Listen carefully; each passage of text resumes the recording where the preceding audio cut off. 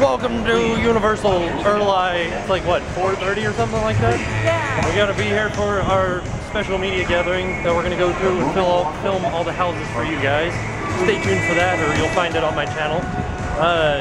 Yeah, we're supposed to be here at 5. We're here at 4:30. That sounds like fun. It's a sea of people. So here's all the people that we have gathered together that are going to be going through the houses and filming and taking pictures for you guys. So look for a lot of videos on all of the houses. It's going to be awesome. Good look at everything that Mike Aiello, our creative director of everything scary here and Halloween events, is able to put together. So he's just going to give you a brief overview of the event and what we got going on this year. So Mike. Great. How's everybody doing? Good. I see familiar faces already. I apologize if you've seen me do this talk already. If you're here, it's a little bit of the same, but I'm going to give you a brief overview, but then I thought it'd be nice if you guys have any questions you guys have about anything in the event. We can fire away and I can answer whatever you guys have. The past couple of years, we've kind of, the momentum of the event has kind of shifted a bit into more of an intellectual property realm. IPs like Walking Dead, Resident Evil, Evil Dead, because we're finding just in guest feedback, in marketing surveys, that is something that people really kind of want to see. They want to be immersed in brands that they see on television or in movie theaters or video games that they play. At the same time, we still don't want to lose the essence of some of the original content that this event started with. How Horror Nights became the worldwide recognized Halloween event in the entire world. We want to make sure we're still populating the event with some original ideas as well. So it's a blend of those two things. Walking Dead. Walking Dead has officially invaded Halloween Horror Nights. We've got a maze based on season 3. It's called Walking Dead No Safe Haven. We did Walking Dead last year. And we liked the maze, but we felt that it was constricting because of the environment we placed it in. It was in our disaster queue, which is not a soundstage facility. It has its own share of challenges whenever we're designing in there. So we thought if we're going to do this again, let's bring it over to our parade building. It's a larger space. We have control of the light, control of the audio. We can build bigger sets. So we did that. And when you guys go inside, if you compare last year's maze with this year's maze, it is night and day. Walking Dead has basically taken over a large portion of the property of Universal Studios. And we've actually created moments from seasons 1, 2, and 3 that we built. Yes, built decor items again this year. We learned last year. Last year was all about character. We wanted a wide range of characters, but the decor element decreased last year in order to supply us with the amount of costumes and diverse things that we had in last year's program. But we heard people loud and clear. You guys want set pieces. We do too. So we did that this year. We've got the New York section we turned into Atlanta. We've built a tank. We couldn't actually do a real tank. We tried. With the weight, it would actually crush the area that we wanted to put it in. So we built a tank from scratch. Designed it and built it from the ground up. I think it built that. It is awesome. That was real. Everybody thinks it's a real tank. It's not. Completely fabricated. Herschel. We've got Herschel's farm. We built the barn to scale. We actually walk through it as a guest. It looks as if it's on fire. One of my favorite episodes from season 3 was Clear, where you actually meet Morgan again for the first time in the series since season 1. Those zombie traps, walker traps that he created in that episode, we really liked. We've populated our Hollywood area with those. You're going to see the iconic spray paint words that he had all over the textures in the show. We've got in go-go form lit on all of the walls in Hollywood, all of the sides. Original maze, Afterlife, 3D. We've been very successful in our 3D applications in the past. I think the most successful maze we did with using 3D elements was the In-Between. We've been learning along the way. Last year was about Penn and Teller, which was a very comical maze, almost a funhouse type environment. So this year we knew we wanted to do 3D again, but we wanted the story to be a little bit darker. And we've done that. It's called Afterlife, Death's Vengeance. And it follows the story of a serial killer in the town of Cary, Ohio, in the 1920s, 30s. And this is the last day he's going to live on this earth. You actually see him executed with opening scene in real life. And from there on, you're going on to his journey into the afterlife. We have La Llorona. This maze has turned out much better than I think any of us expected. Hollywood did a brilliant application twice over in our sister park of this legend. I went through both versions and I loved them both. I thought Murdy did a brilliant job with translating this legend. So we kind of had it always on the shelf as, okay, you know, one day we'll pull off the shelf and we'll do this. And we found ourselves in that position this year. Like, let's do it. Challenge for us was how do we tweak and change it and make sure that it's palatable to our audiences here. Because again, the legend isn't as well known here as it is probably in Los Angeles. So we wanted to make sure that if you didn't know about it, it was still equally as scary. As well as the aesthetics in Hollywood's maze were very rustic. The whole maze kind of took on a barn-like quality, wood textures. We did a barn with Walking Dead last year, so we didn't want to do those aesthetics again. So we actually changed the entire back half of the maze, where you enter La Llorona's ground. You literally go into her depths, and you're being attacked by her in this very different looking environment from the front half of the maze. Havoc, Derail. Havoc was an awesome maze we did 3 years ago. I don't know, you guys probably know better than 3 years ago. All right. 3 years ago we did a maze called Havoc. We took aesthetics of these like really crazed super soldiers that went completely insane inside this government facility, and they tore it apart. Well, when we did that maze, fans loved it and have always asked us to do a sequel. And this year we decided to, but we applied an aesthetic that we've always wanted to do, which was this train aesthetic, where we're actually going to put guests into train cars. Probably the most impressive lineup in our sound stages I think we've done in a long time. I'll begin with Resident Evil. But that was all about just bringing that game to life, more so than what we did with Silent Hill last year. Silent Hill, I think we did a great job with it, but it also was very similar to the film, because there's a lot of aesthetics that just kind of just match. So I would not say Silent Hill was a maze where we put you in the game. I think we just did really well with trying to create the environments. Resident Evil maze is kind of a different note here.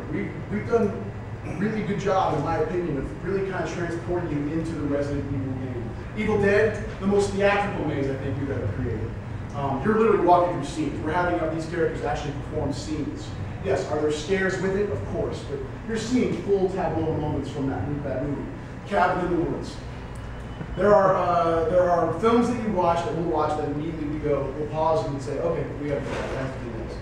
Now this movie came out a couple years ago. It's not really a corporate-wise, it wouldn't be amazing you would go, yeah, we got to do that because it's so current. Because it's not.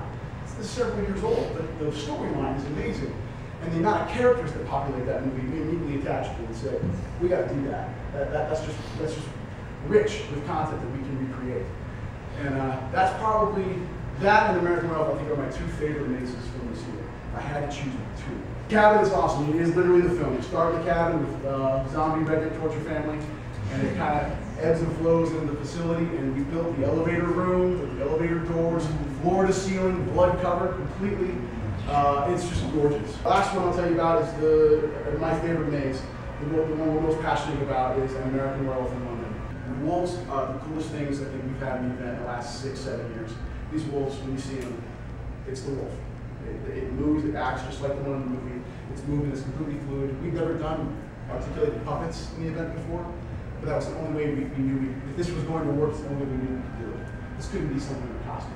It couldn't be like the Knuckle Grunt characters that we did years ago where they're in a costume and they're bent over. It couldn't be that. It had to be a puppet. And it's cool.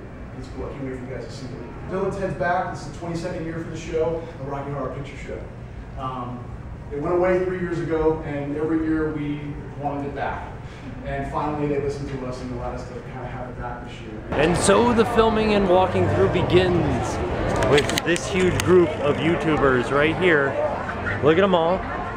Look at them all. Yes, yes, yes. And hopefully we will get some scares in. I was not expecting that. I like it when it's lighty out. You scared me. Hey look, it's only a 10-minute wait for Despicable Me. That's where we're going, right? Yeah, Despicable Me. It's totally worth it. I believe we're going in the Cabin in the Woods. We'll let you know afterwards. We're in there. It was Cabin in the Woods. Now we're going into Resident Evil. Cabin in the Woods was so scary. It was so good. So good. Articulated puppets. Articulated puppets in American Werewolf in London were amazing. So good. So good. They were the very first one, in my opinion, that was attacking the guy. amazing. It wasn't even a puppet, it was probably just like a doll that was on top of him, but he was doing so good at doing it, like manipulating it. And into Evil Dead we go. That was so scary. I don't recommend it. I do. Oh, okay, I recommend it if you like scary stuff. But I was really scared. Like the tree part, I won't give anything away, but it was scary. FYI, we're an appointment for this whole operation.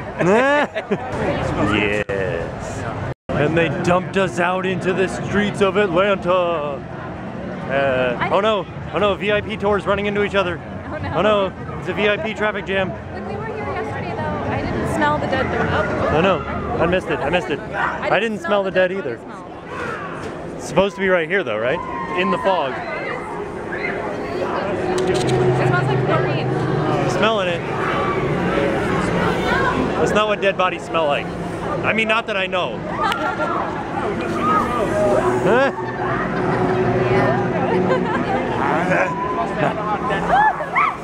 You okay?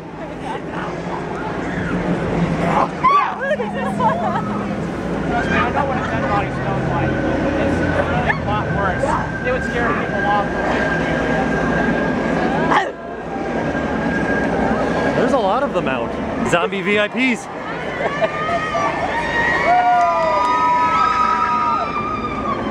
They're just following that blinky light.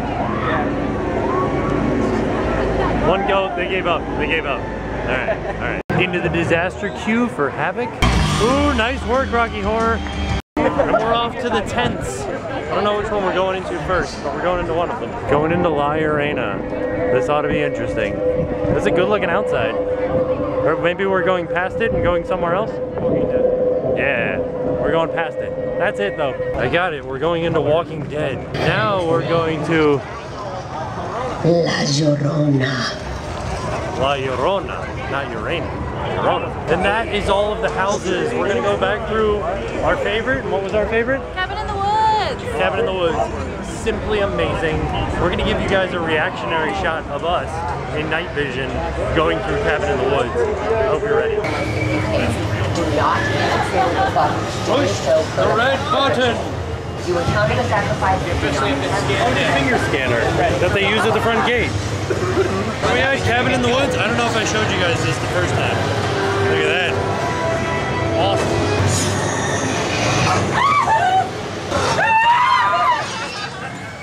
And do not get into the elevator. Repeat, do not get into the elevator. Are we going to the elevator?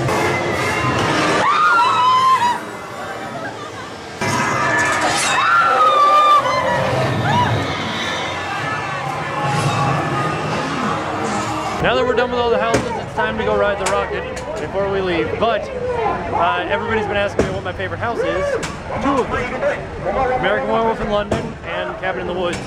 Maybe not in that order. No order necessarily. They're both equally good. They were fantastic. But all of the houses were good this year. There wasn't a single house that I was like, well, I take that back. What was that one? Resident Evil was, it seemed very short to me. And it was okay. It wasn't a lot of, maybe it's because I'm not a Resident Evil player. But I don't know. I'm gonna pick the Walking Dead theme for my song. They just changed the video here on Rip Ride Rocket over there, and they added a few new songs like Limp Bizkit and Evanescence. Might be a little hard to see, but there's a bunch of people playing Legendary Truth. And thus ends the second night of Halloween Horror Nights. It was a fantastically most enjoyable night. All the houses were amazing. And now there's a mass exodus of people. We're back home after another successful day at Halloween Horror Nights. It was great meeting everybody that we met today. You guys are the best. Thank you for coming over and saying hi. And now it's time to do some editing and hopefully some uploading tonight. This still has 33 minutes left on this one video. And that's just one of them. There's still 7 more. Yeah. So I'll see you guys tomorrow. Jack, and now it's time to pay the price.